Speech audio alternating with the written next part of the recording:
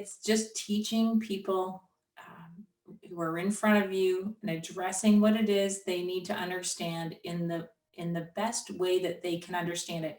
And if that's the simple retelling of the stories of the Old Testament and how God's faithfulness and love, carried on for all those years, that applies to you.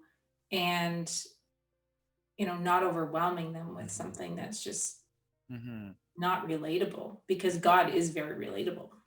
Yeah, so it's taking something conceptual and far off and actually showing them that this is the God who brought himself near, and he's actually deeply involved in their story.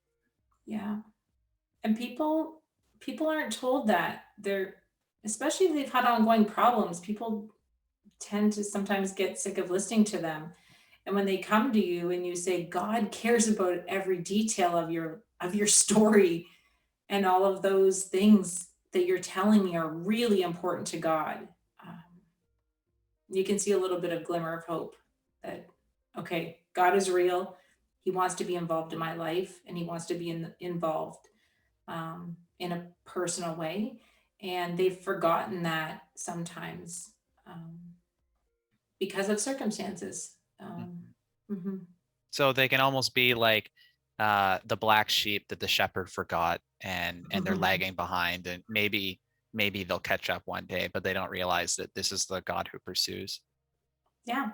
And just those simple truths, just reminding people that they've given up on themselves sometimes. And you're like, no, no, no, don't give up.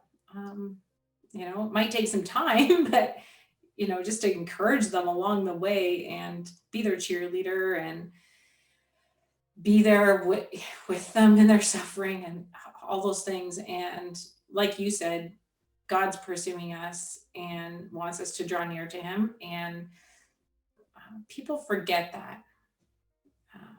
And just helping them to see the goodness of God in that is